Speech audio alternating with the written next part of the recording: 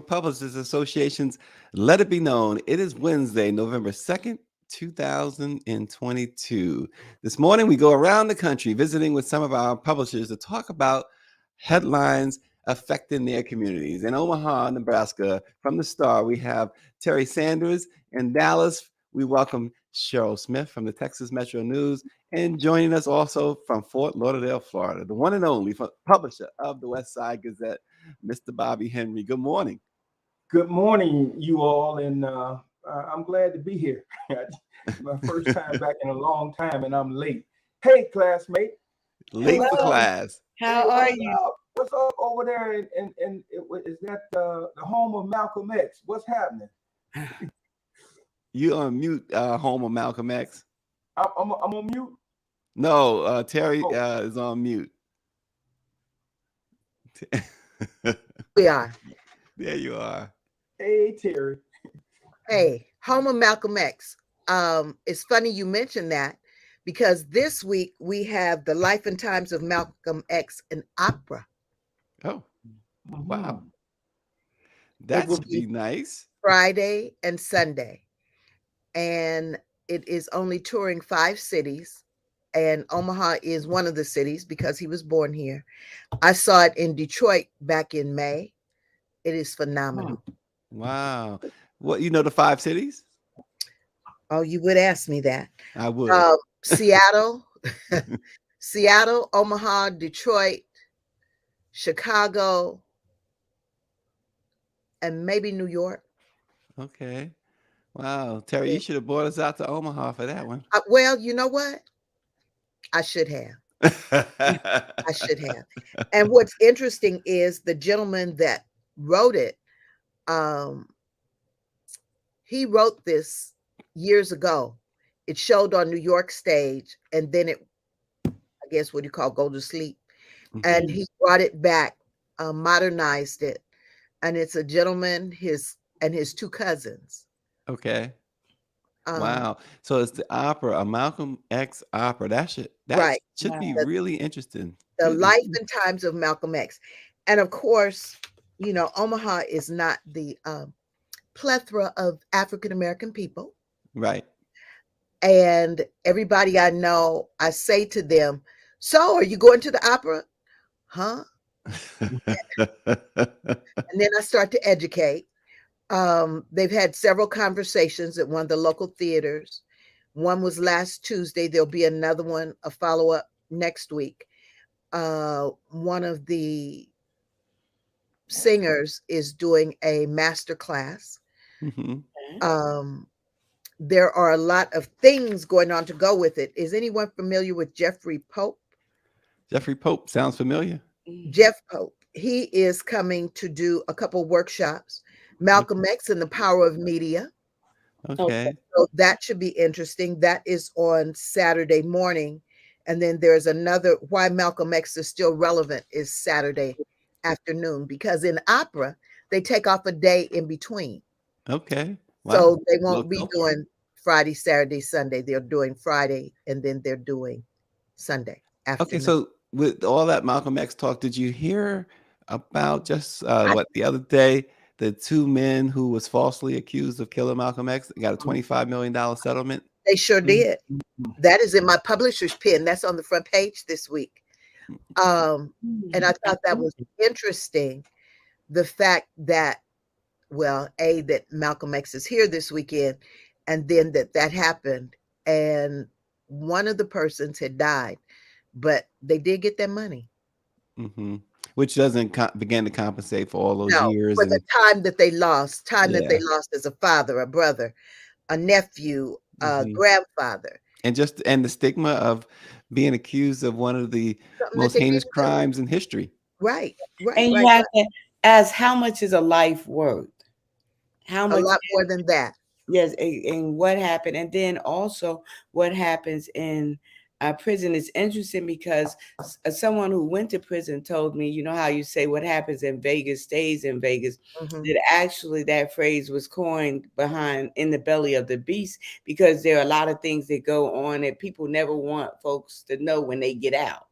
Yeah. Oh, I'm They don't sure. want you to know that they were sexually abused. They don't know that they were the sexual abuser. Just a lot of things happen. And so, when we look at that and you say, what happens when Mia Abu-Jamal has been in prison for decades and on death row. And some people, he's talked about how when he was able to get his writings out, just about how torturous that could be. And the thing about it is some of the most vicious people in society are some of these prison guards because they treat inmates like animals. And the bad thing about it is that some of those animals get out, and what do you expect them to be like if you treated them like animals all their lives? And what about those prison guards? And there have been studies showing a lot of them are violent at home. They're alcoholics. And then in certain places they are the bubbas of the world, and that's even worse. When you say bubbas, explain to our audience. Texas term. Okay, when I'm talking about bubbas, I'm talking about, because I do know some bubbas who look like you, Stacy, and you, Bobby, but I'm talking about the bubbas who I've are, never been called Bubba before. and I'm talking about the ones who low IQ, low intelligence, the ones who were quick to become members of the Klan. Right. That's who I'm Wow. talking about. Uneducated and dangerous as hell when you give them Herschel Walker, Clarence Thomas. okay, when you give them a position or you give them a gun and a badge. Yeah. And that's usually who they are. Bubbas are the ones that get those jobs. Yes. You talk about people being incarcerated. There's a man who just celebrated his 78th birthday here in Nebraska, and he was convicted 52 years ago of participating in a bombing that resulted in a police officer dying. He and another man. The other man died in prison. And this man's name is David Poindexter, and they are trying to get him out on parole, and they won't even hear his case. But he didn't do it. And back then, they were Black Panthers. And so you know what that means in the 60s. And that was the beginning of the devastation of the Black neighborhoods. Yeah. Here, the uprisings, not riots, uprisings. Well, I'm going to segue to Malcolm X's contemporary, Dr. Martin Luther King Jr. Bobby, we did a story about this, and this was trending. It's still kind of trending. In one of Dr. King's last acts of generosity, he and his wife, Coretta, paid the hospital bill. Now, they didn't notice at the time who this child was going to turn out to be. They paid the hospital bill for the parents of superstar Academy Award winning actress Julia Roberts. It's a little known fact that recently surfaced. And where else? In a social media post. It got lost in an interview she did with Julia Roberts did with Gayle King.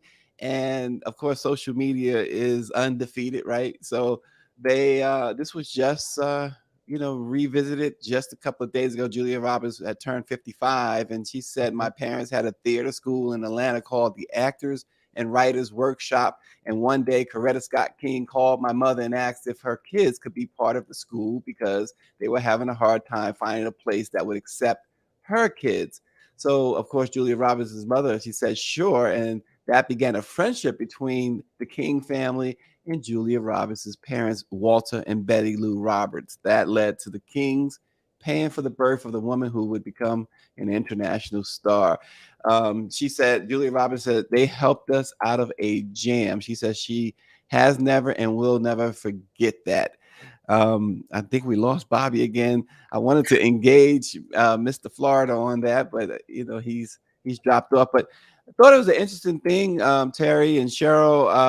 And this happened. Julia was born in October of '67, so pretty much about 6 months before Dr. King's assassination. Right. I saw that and I thought, wow, you never know what humble beginnings people have. And many times people won't even tell that kind of story. Yeah, and that's the thing that makes me think of, what do you do when you have that type of information? What does it make you do? How does it make you live your life? And have Right. we seen evidence of that with Miss Roberts? Yeah, yeah. Mm. Someone wrote on Twitter, "It's the ultimate civil rights flex." So, Yeah, it is. Yeah, it is. but you're right, Cheryl. How, I can't say that. I know too much about Julia Roberts' personal life, but what I will say is, and this is coming from a vision in an ear that wasn't really looking for it from her, but I haven't really noticed any misgivings or or necessarily being a vocal ally. So I don't know. Mm-mm. Yeah. We'll have to look into that. Well, and, see, and the This is, thing about it is, if we have to look, and there are things, people can do Yeah. things with their money and everything like that. But there is sometimes, now is the time where you need folks to be like seriously vocal. There's so many issues, so much to speak out on. I'm just, you know, I'm wondering if her parents would have been more vocal. I don't know what her parents did, but to come out with it now, I'm like, why? mm-hmm. And what was the significance of it? And again, like, where are the receipts that at some point in time you have paid it forward? Mm-hmm. That's Well, true. again, this was something that Bernice King said she knew about it all the while, and it wasn't something that they publicized for whatever reason. Jennifer Keys writes in, Julia Roberts' family benefited from Reverend Dr. Martin Luther King's generosity when he and his wife paid maternity hospital bills. Wow. Whoa. Yeah. And David Youngblood says she has long said the Kings were impactful in her life. So, at least David has recognized that. And, again, you can't judge a book by its cover. Otherwise, Bobby would not be included in this conversation, right? I'm telling you, man. Don't. And I apologize. I guess because I'm gonna tell you. Well, what's going on is outside of our office. They're doing some construction. I mean, some major construction. Gentrification is here in Broward County. So when y'all were classmates, these were the excuses he gave for being late. Oh, this is. They Don't loved say, him so much he didn't have to say anything. They were so glad to have him present. come on. Now, okay. Where are we on the show so I can comment? I got a question. Sure. What about Elon Musk buying up Twitter? Well, Are y'all tweeters? I mean, I am. well, Is it that black? you Is know it what? black Twitter? No, he bought the whole Se- Twitter. He didn't just several buy the black part. Yeah, and we're probably going to discuss that on another show, but Oh, okay. I'll leave it. Call me back. I'll yeah. David Youngblood says he's deleted the app, and more and more folks are doing that. Yeah. Celebrities are starting to leave in droves, and he made the announcement too that he was going to start charging for the blue check mark. Oh, no, never mind. I'll be deleting mine too. You leaving Twitter too? Yeah. Where we going? We got to go somewhere, right? Yeah. Well, there's an app, that a black owned app, and I'll get the name for you because I just signed up for it. And yes, they're going. There we go. Just like we do with the black press, we're going to have the people who, until somebody white validates it, we're going to stay away from it. But why don't we start validating our own self? Yeah. I know that, I have not wanted the blue check. I have not tried to get it. I've had people come and work for me and say, well, you just got to have it and everything. But more of my validation comes from the brother and sister on the street who read my paper. The ones who add valid. That's where I'm getting the validation from. I'm not trying to get it from someone who manipulates our information to make money off of me. Right. Okay. Let me say this, if I can say this. Did we congratulate Cheryl for her award that she received this past weekend at FAMU's homecoming? No, but tell us about it, Bobby Henry. Okay, well, I would be glad to. Since Cheryl so happily regurgitated my presence in her class at FAMU in the journalism department, one of our famed professors, Miss Thelma T. Gorm, who was very instrumental in establishing that journalism department at FAMU. Cheryl Smith of the Metro News media platform received the Thelma T. Gorm Award for all that she has done for FAMU and what she's doing in her home state of Texas. So congratulations to my classmate, Cheryl Smith, for receiving my fiance's award. I love Thelma Gorm. So congratulations. And she, thank you so much. And she loved him. And so that's why when he walked into the class, we had to all stand and applaud. Wow. Okay, so wait. So the real question, Cheryl, is how does he have a wife and a fiance? But I guess that's for another show, maybe Jerry Springer. Well, Ms. Gorm has gone on transition. She has her heavenly ink well with her pen filled, so she's in heaven looking down on us.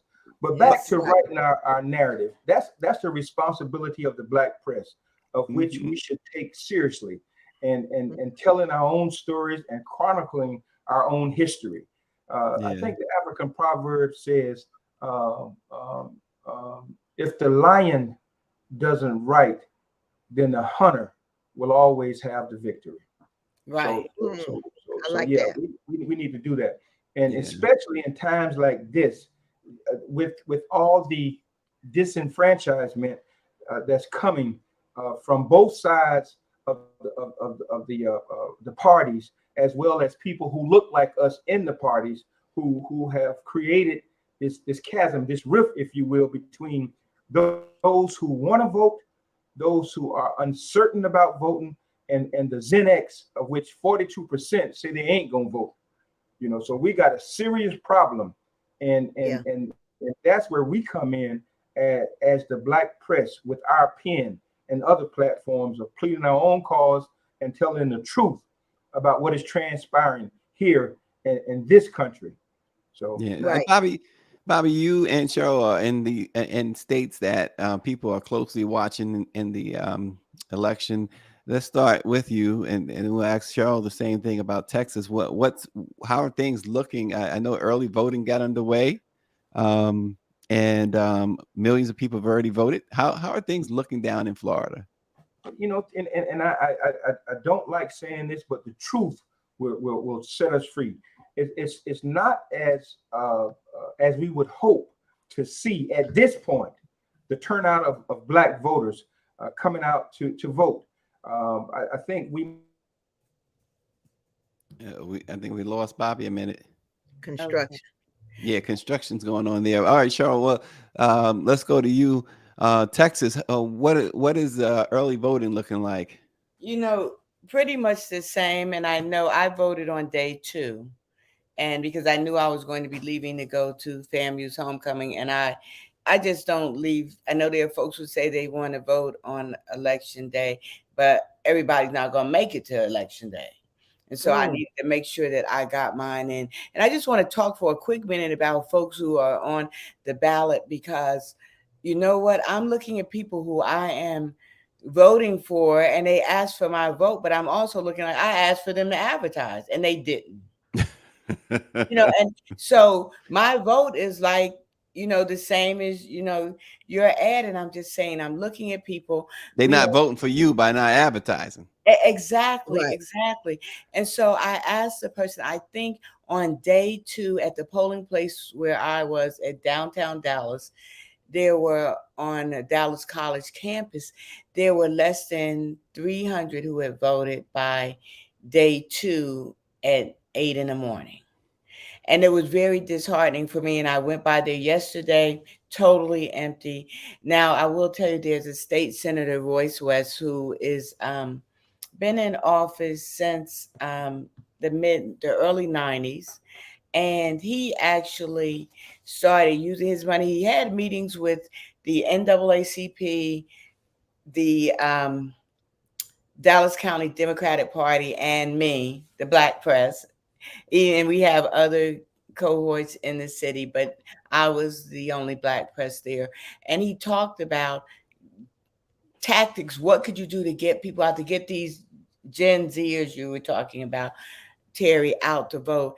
And so he finally came up, he started offering grants. And he he started a voter awareness precinct chair program. And he has precinct chairs where he's giving grants to them to create and fund creative ideas to increase voter turnout.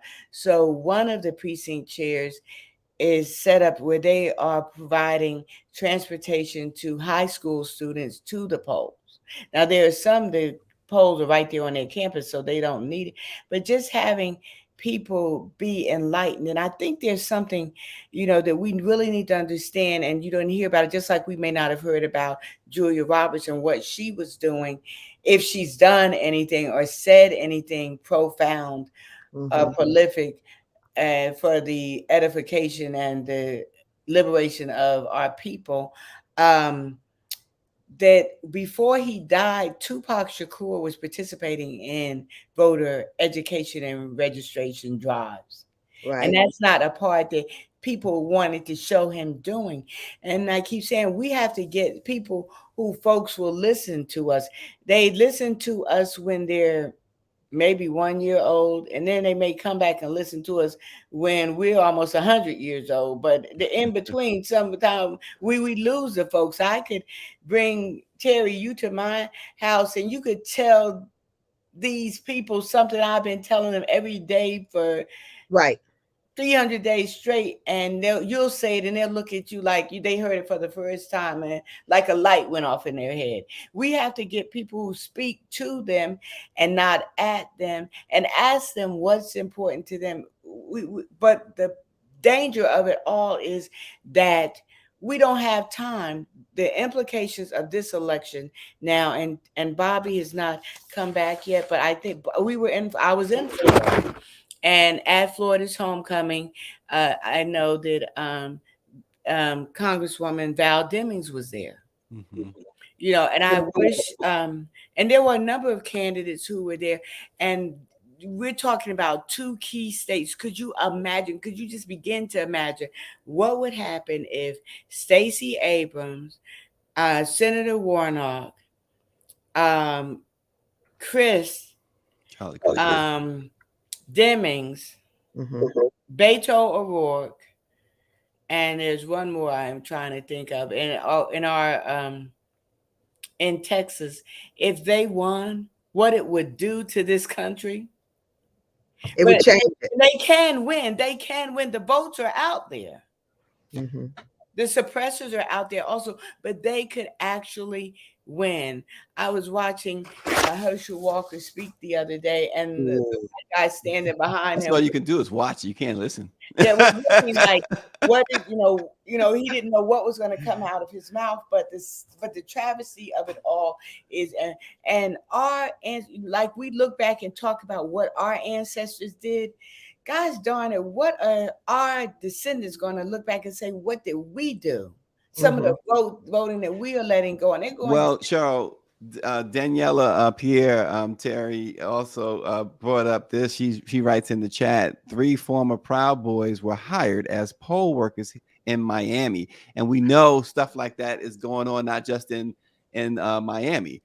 There's armed guards in certain polling sites.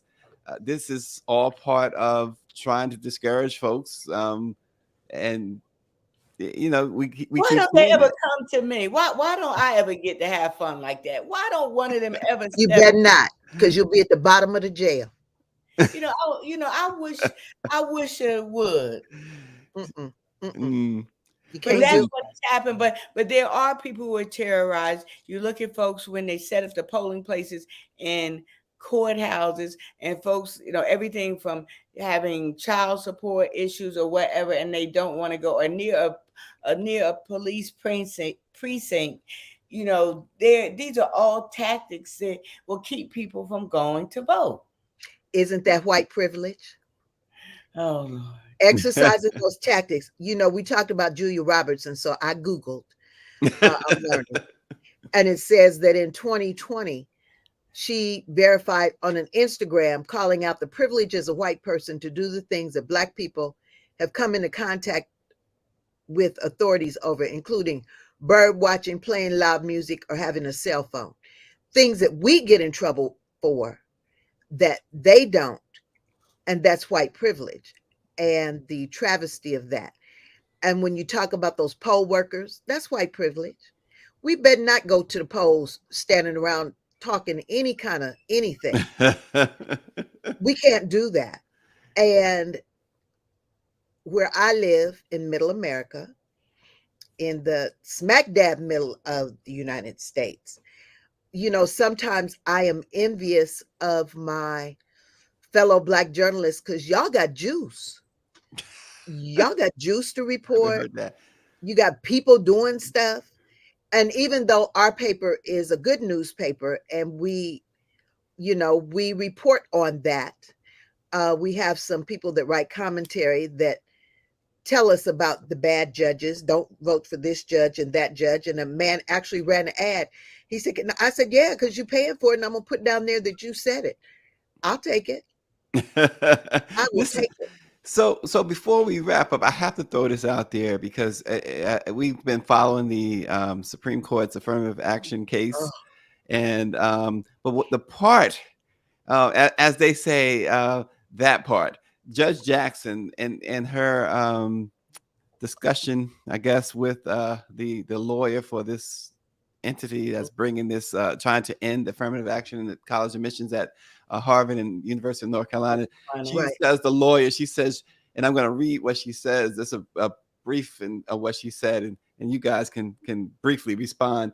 It says, she says, you keep saying that you object to the use of race standing alone. This is what she's telling and deciding which applicants to admit. Of course, she's the first Black female justice. She says, but as I read the record and understand their process, it's never standing alone, that it's in the context of all the other factors. There are 40 factors about all sorts of things that the admissions office is looking at, and you haven't demonstrated or shown one situation in which all they look at is race. I mean, you talk about breaking it down. And she broke this lawyer down. Yeah. Yet though, her colleagues on that Supreme Court are going to go against her, and they're going to eliminate this affirmative action in the on you know in the college admissions. So I And live all in their athletes, all their athletes need to leave the school. All the athletes need to leave the school. And, you know, when do we stand up that's a for point. things that we believe in? All the athletes need to leave. All the scholars need to leave and find a place where it's time for people to make a stand. I agree. That's true. as he walks through the construction, he says, I'm telling you, man, I agree. I had to come back. This is so disheartening for me to experience this on this great conversation. Stacey, you and Greer got to do this up again when I'm in a position where I can really be heard. There's a lot that needs to be said. And Cheryl, you're absolutely right. You know, if every Black athlete would leave, you know, that would send a message. You know? Yeah, it would. Well, David Youngblood says what the Supreme Court failed to say and what Justice Jackson reiterated is the fact that affirmative action is the remedy for the treatment Blacks have endured. And that point was, you know, he's right. That point, Justice Jackson did bring up and made it clear. And what you were saying about the athletes and the scholars, et cetera, is also a point that I've seen many others have brought up as well. I like what Austin Cooper said. He said, did Justice Uncle Thomas really say he does not know what diversity is? Justice Thomas did say that. Yeah. That's a direct well, maybe he doesn't. That's part of the problem. Yeah. Bobby, you got to invite Justice Jackson down there to your office and have a sit down with him. You know this, and Stacey, that is something that we need to consider. Those who are doing damage to us, to have a conversation with us. Now, I remember on one of your shows, there was a lot of debate or conversation about having Kanye on. Screw. Well, to those who are capable of having an intelligent conversation, for us to engage in that dialogue, to ask those hard questions and put them on the spot so people can actually see and hear the buffoonery. Oh, did I just make up a word? Did that sound? No, that's a real word. That's a real word. That's a real word. Okay. For us to engage in that conversation. You know, y'all, and we know we're preaching to the choir right now, but we know we need to have these hardcore conversations. You know, there, and I always say, and I'm okay, y'all, and I need for you to understand this, what I'm about to say. Negroes are better at being white people than white people are when it comes to the injustices that are done to us. Yeah. You know, we have assimilated to all the way over to being like those who dislike us. Let me say it that way, as opposed to going in on it like I want to. I'll just do that. So Nebraska is one of the 8 states that have banned racial preferences in university admissions and public employment. And we did that, not very proud, back in 2008. At least you did it. Well, yeah, but now we can't get, you know, little Susie can't get a seat. So I went to school just because she's little Susie. Wow. So imagine if that. All the gains that we have made, all the gains, and Dick Gregory used to talk about this, about the gains that we have made. You know, even something as simple. He said, like if you fly on a plane and you see a middle-aged, heavyweight white flight attendant, you know, he had to make things comical, and he just that looks like she should have retired 20 years ago. She's there because of the civil rights movement. She's there because of people are there. White women have benefited significantly from affirmative action. And then, so consequently, the white household, which takes us full circle back to who? The white man. There you go. Have benefited from our struggles, and it's a travesty when we get in positions and we continue to out white folks. That's what I'm saying, Cheryl. And I would white folks. I like that. Okay, I would dare say this: that if white women want to really show their independence, then this election here it should be no question asked. But if they are again under the how they voted for Trump, like how they voted for Trump, they wanted us to march with them and come to Washington and wear pink caps and hats and everything, and then they went home to their husbands and voted for Trump. So they're talking at both sides of their necks. Well, Bobby, just to FYI, when we had that Kanye conversation, I think it was pretty unanimous that, you know, sometimes some people don't deserve a platform, and certainly the Black Press's platform has been sacred for 195 years, and so let's just keep it that way. And I can dig, you know, I mean, and you're right. I mean, there are some that don't deserve the platform, you know. But if we didn't ask to give him a platform when he was dogging Black people, well, what do we give him one for now? Because he comes after others? Yeah. Well, you know, I thought it was interesting, Cheryl and Terry and Bobby, that he is now saying in his apology about George Floyd that he now knows how it feels to have a knee in his neck, and he's still way off base. He set himself up he set himself up so that these companies can strip some of that wealth from him, and he's losing all his money, and that is a knee in his neck to him. You still are way off base. George Floyd had a literal knee in his neck, suffocated him, and he died a brutal death. He didn't have, you know, the $1 billion that you claim you have, and he certainly didn't have the privilege. Listen, Kanye was filmed just yesterday at his kid's soccer game, and it was him. He's the only one there who looks like him, and he's Correct. yelling and arguing with this woman, the mother of another kid, and he storms off.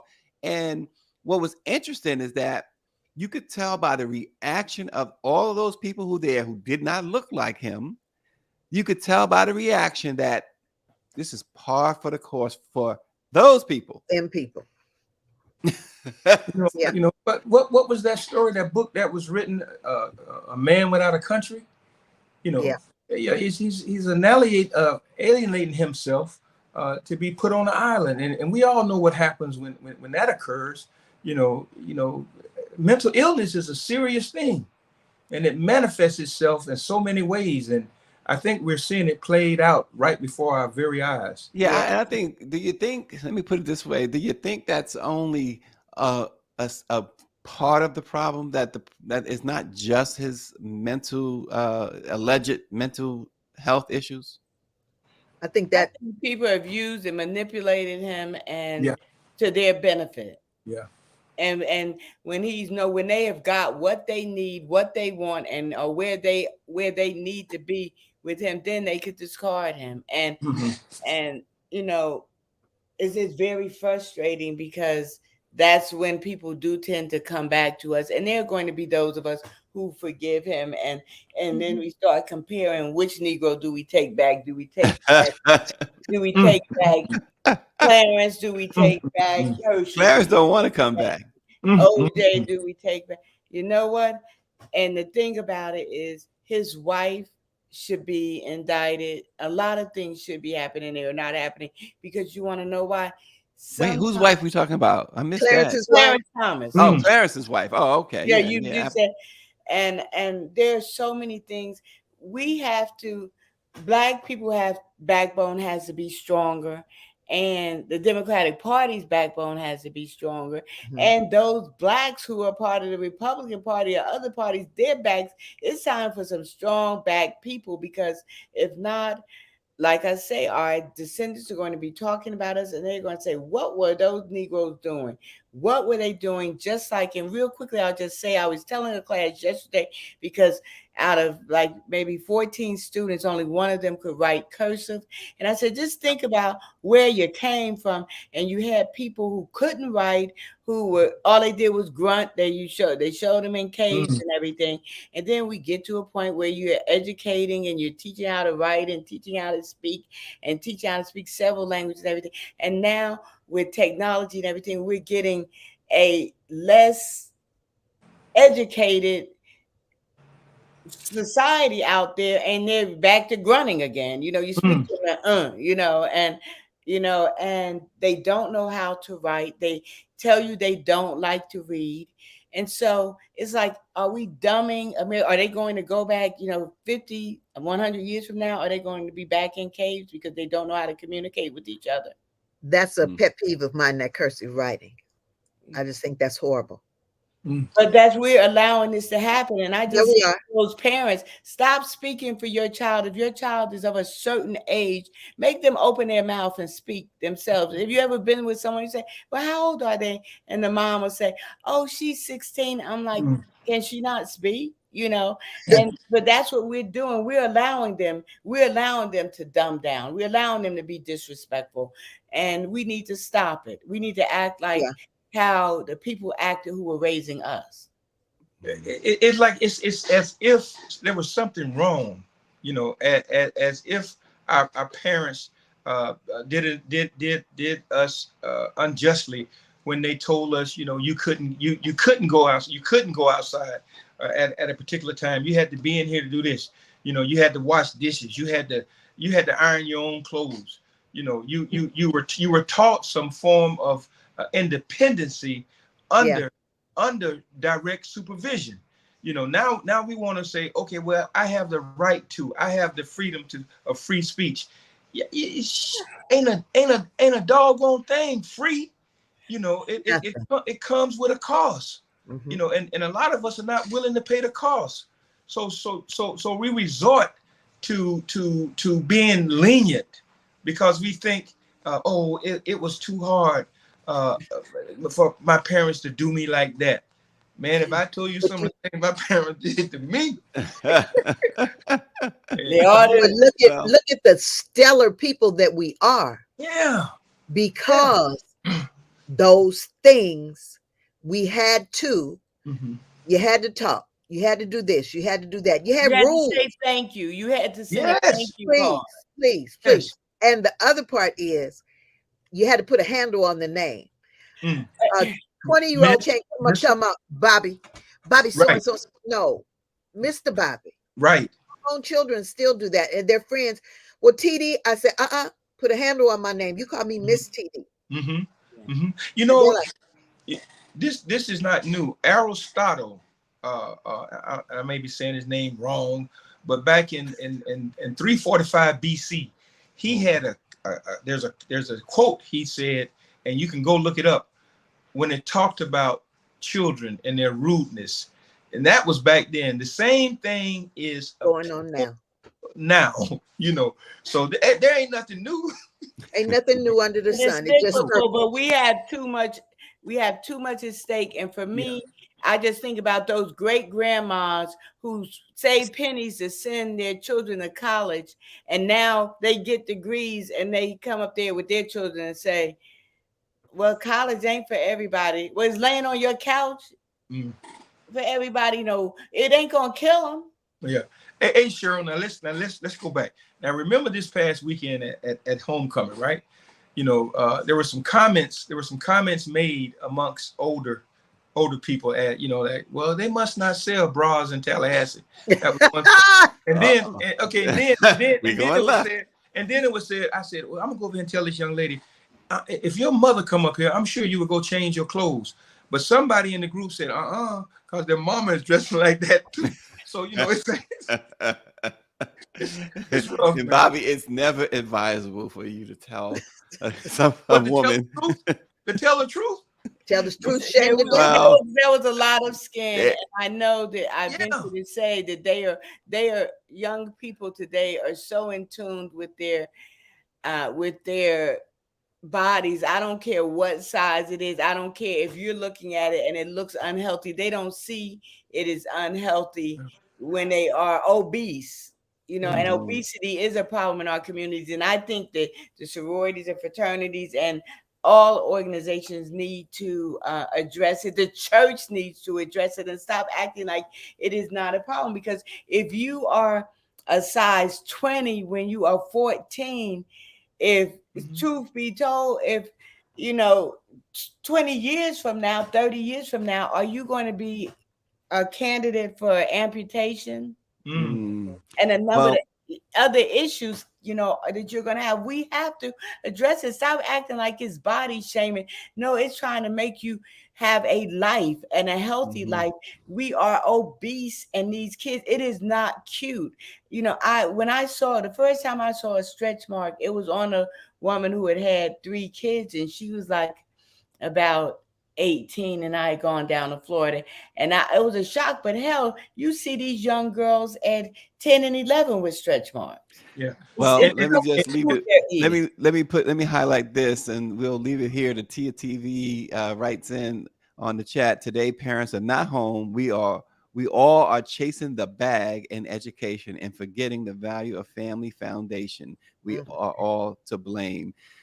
It's a discussion that we can have and go on and on with. And, you know, it's not enough that can be said about it, but we certainly appreciate our fabulous publishers who I think they all going to be in St. Thomas in February for the NNPA's Midwinter Conference with Dr. Kate will receive the Lifetime Achievement Award. Cheryl says she's going to try. Cheryl's on the board. Cheryl's got a first class ticket. Bobby, she's flying first class over there. Right. They putting her up in the penthouse. She's a board member. Right. Stacey, can I say this to try to roll this all together into the conversation topic of the day? You know, if a lot of people are putting emphasis on other things as it pertains to voting, you know, but our Black folk are concerned about economics, you know, a place to stay, and our health, you know, and we rarely hear people talk about that. It's like they're pandering to other people. Sure, we're concerned about the choice, the right, the choice, and pro-life or whatever. We're concerned about that. But the things that are affecting us the most, me the most, economics, can I afford a place to stay, and health, of which Cheryl was mentioning and talking about. So if I don't think we went too far off the topic. No, not So at all. true. We are so yeah. Terry says so true. Terri Sanders of the Omaha Star, Cheryl Smith, Texas Metro News award-winning Cheryl Smith, Hall of Fame Cheryl Smith. Yes. She got it all. NABJ Hall of Fame, you name it. Cheryl has done it. We appreciate Cheryl for those reasons and a lot more. And we certainly appreciate our guy down in Florida who's holding it down all the time, Bobby Henry. Thanks so much from the West Side Gazette. Thank you all for joining the Black Press of America's Let It Be Known. We'll see you tomorrow.